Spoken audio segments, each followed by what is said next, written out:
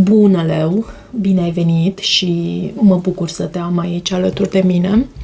Hai să vedem între tine și această persoană care vine înspre tine în următoarele 7-8 zile. Ce energie există aici? Ce dinamică aveți voi?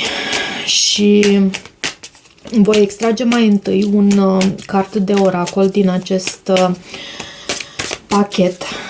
Este vorba despre Cosmic Insights pentru cei care sunt sau cele care sunteți interesate să vi-l procurați.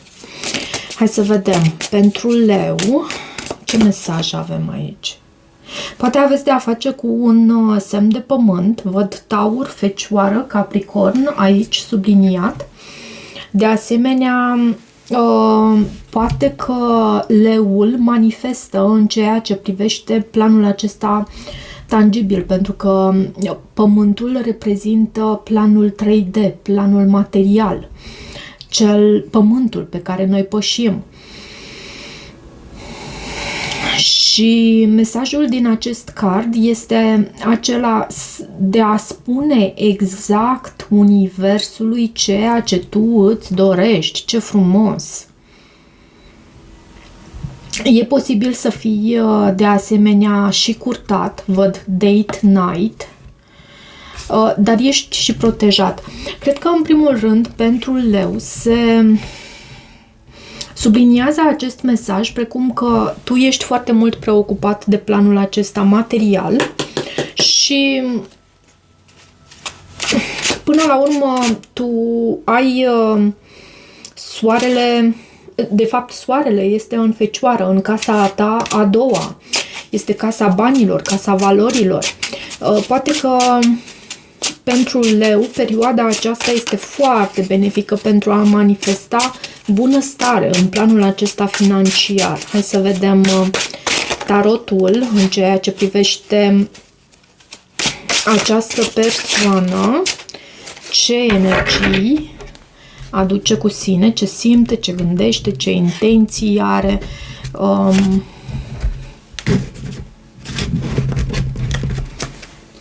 Ok, la baza pachetului țin să îți menționez că avem 9 de spade. 9 de spade, Hierofantul și Regina de cupe. Poate fi vorba despre un taur, poate ai de a face cu un taur, o persoană care ține foarte mult la tradiții, la ideea aceasta ca lucrurile să fie conforme cu tradițiile, cu anumite reguli, cu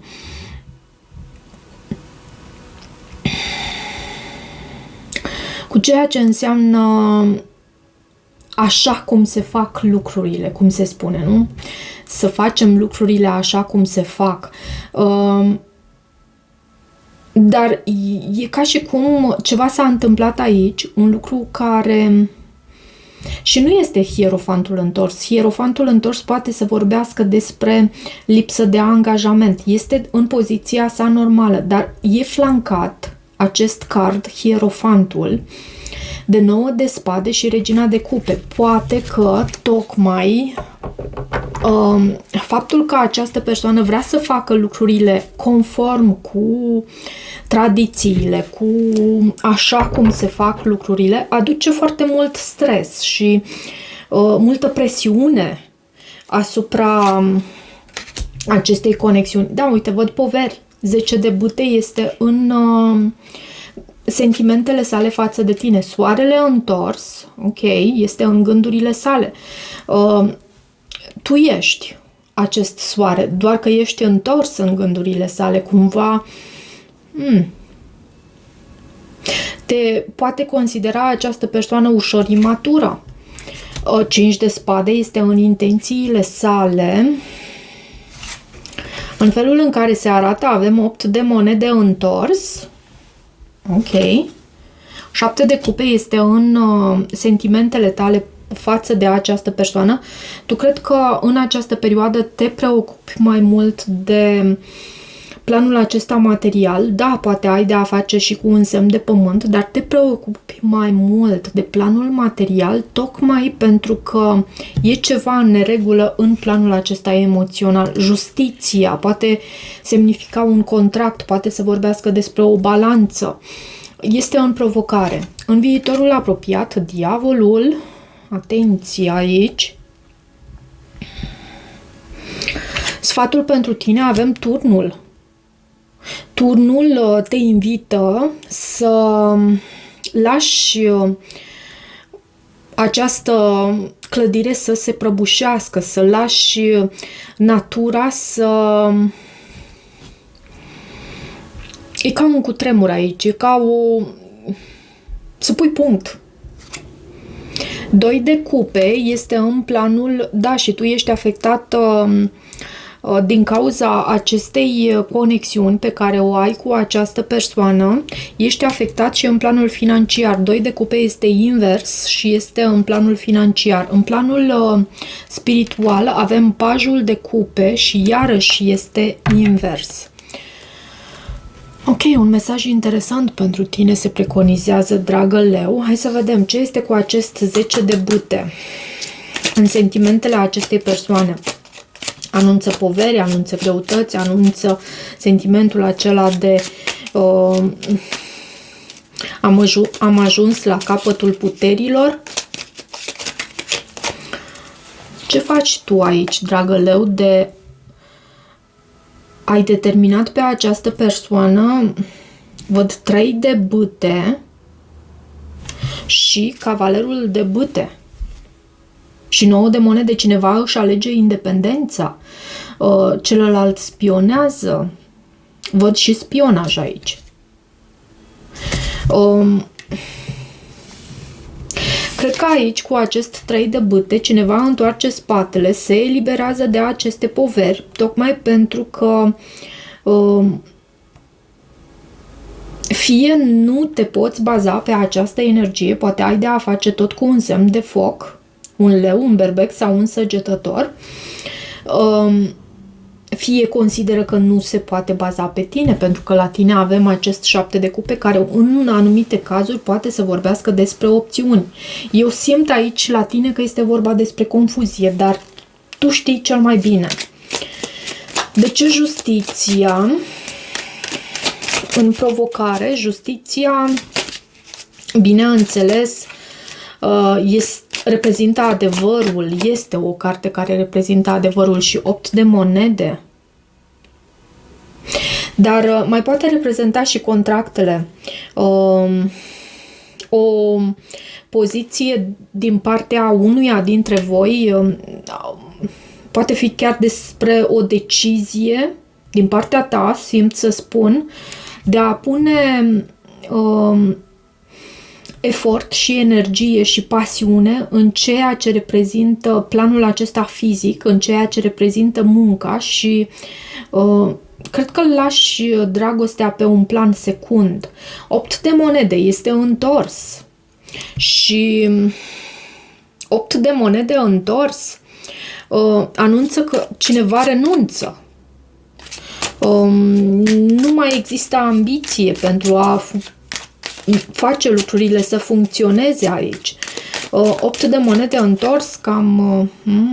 și 5 de cupe, cineva este dezamăgit, astfel se arată. Cu Marea Preoteasă, posibil este și o persoană retrasă. Nu cred că există foarte multă comunicare între voi, nu prea văd acest lucru. Acum, soarele întors. Poate să vorbească despre tristețe, depresie, anumite întârzieri, dar este cartea ta și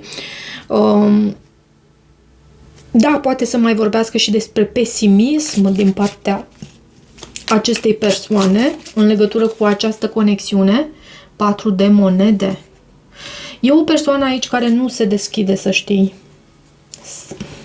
Ce este cu acest 4 de monede și la baza pachetului? Da, eu simt că nu se deschide în fața unui nou început. Uite, avem pajul de cupe și e cu spatele întors. are această curiozitate pentru această cupă pe care o ține în mână. Există acest peștișor, dar e cu spatele întors în acest pachet. Acum, 7 de cupe și, bineînțeles, 4 de cupe de multe ori poate să vorbească despre faptul că cineva este închis, ține la și iarăși e poziționat cu spatele acest personaj în acest pachet.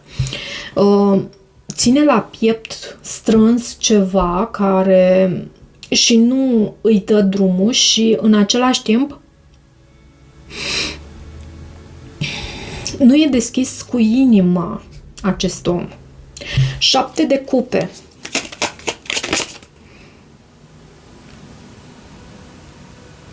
De ce 7 de cupe? 7 de cupe, bineînțeles, așa cum am spus, eu cred că este vorba despre o confuzie, dar poate fi și vorba despre manipulare. Totuși, fiind în sentimentele tale, tu posibil să ai de a face cu un semn mercurian, un gemene, o fecioară, dar magicianul aici anunță faptul că poate consideră această persoană ca fiind manipulatoare, nu o înțelegi, nu îi înțelegi felul în care acționează,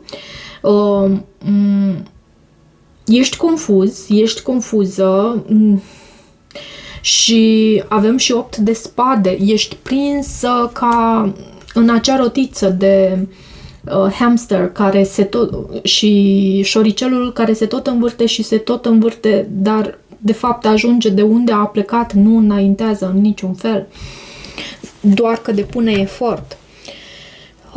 5 de spade. 5-ul acesta de spade este în intențiile acestei persoane și nu îmi place deloc. Poate să vină cu conflict, poate această persoană să fie și indecisă de asemenea. De ce 5 de spade? Pajul de monede. Da, o indecizie simt din partea acestei persoane. Poate ai de a face cu un semn de pământ, văd Taur, Fecioară, Capricorn. Poate ai tu pe harta natală iarăși pământ, mai ales Capricorn, pentru că avem acest diavol imediat după. Pajul acesta de monede este o carte care vorbește despre prețuirea pe care această persoană o are pentru tine, o are pentru această monedă, alias leul nostru, adică tu, și există prețuire din partea acestei persoane, dar eu cred că este și indecizie. Diavolul și lucrul acesta poate să ducă la toxicitate, pentru că la tine văd confuzie, la această persoană văd indecizie. În viitorul apropiat avem acest sentiment din partea amândurora că sunteți legați în lanțuri și vreți să lăsați în urmă această conexiune. Unul dintre voi cel puțin asta va face. Își va alege vindecarea, va alege să se îndepărteze și să lase trecutul în urmă, pentru că există mult prea mult conflict. Mult prea mult conflict. Turnul este și în sfatul pentru tine, să lași acest turn să se dărâme. Să lași această conexiune să... de fapt, acest cutremur dintre voi să aibă loc și să lași praful să se așeze, să vezi ce vrea universul de la voi de fapt. Pentru că dacă e menit ca voi doi să fiți împreună, așa va fi, dar pentru moment e ceva cu shake-up. Regele de spade reprezintă cartea adevărului, poate ai de a face cu un scorpion, un gemene, o balanță sau un vărsător. Da, și acesta este sfatul, acela de a lăsa lucrurile să se așeze acolo unde vor ele, să nu forțezi cu nimic aici. Poate această persoană are o anumită ofertă de dragoste pentru tine, văd acest 4 de cupe, dar e 4 de cupe. personajul acela care iarăși, la fel, oarecum la fel, de fapt, cu acest 4 de monede, nu este deschis. Doiul de cupe este în planul financiar și dacă este vorba despre un contract, despre ruperea unui contract, de fapt, între tine și această persoană, deci un divorț, să știi că acest lucru va fi resimțit și în planul financiar, pentru că doiul de cupe este întors, arată separare, poate ai avut parte de susținere sau automat, fiind împreună, veniturile se adunau, însă lucrul acesta, această despărțire sau acest parteneriat afectează acum planul financiar și va trebui să îți păstrezi echilibru. Vei fi ajutat de divinitate, văd judecata aici și mai văd și eremitul.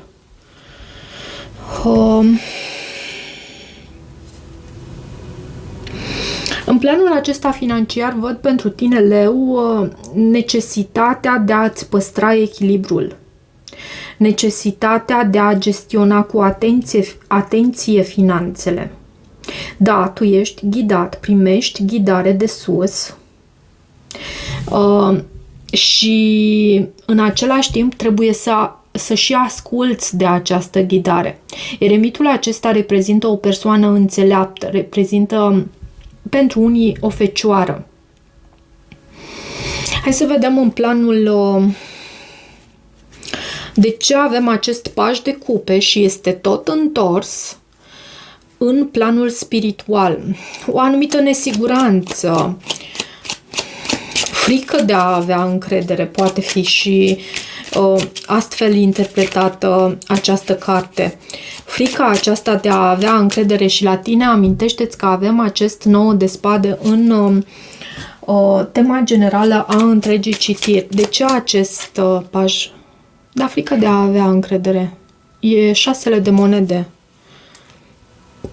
Frica de a te deschide pentru reciprocitate, pentru că tu ai parte de susținere. Nu știu din partea cui, poate, uite și 2 de spade, poate chiar un Capricorn, pentru că am văzut diavolul și aici, sau o persoană dintr-un semn de foc. Bine, regele de bâte poți fi chiar tu.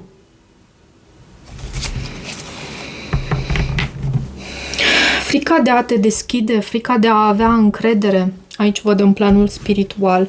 Și pentru a o depăși, trebuie să stai cu ea, în primul rând, să o validezi, să vezi că este acolo și este a ta. După aceea vei vedea încotro, pentru că tu primești aici ghidare, vei vedea încotro e bine să te îndrepți și cum să procedezi cu această frică a ta. Vreau să văd și un număr angelic pentru Leu. 1313. Starting fresh. O pornești de la capăt, o iei de la capăt, pe un fond curat, pe un fond proaspăt. Văd încurajare, obiective, fundație, anumite... Probabil tu ești și foarte creativ, pentru că până la urmă tu stai în casa a 5-a a creativității, comunicare, iarăși văd aici pentru tine, și ești ghidat de asemenea să ieși din zona de confort, pentru că ești pe punctul de a crea ceva semnificativ. Toate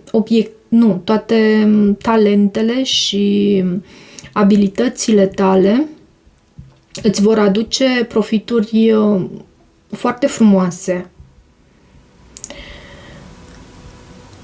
Construiește-ți încrederea în sine și ai încredere în deciziile tale. Să ai încredere în deciziile tale și mergi cu ele, defilează cu ele, sunt ale tale și ai de ce să fii mândru. Intuiția, iarăși avem la baza pachetului 111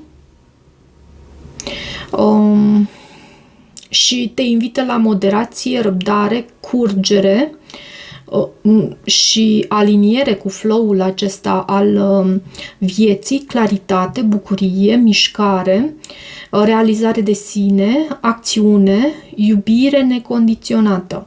Este timpul pentru tine să implementezi anumite idei la care tu tot te-ai gândit.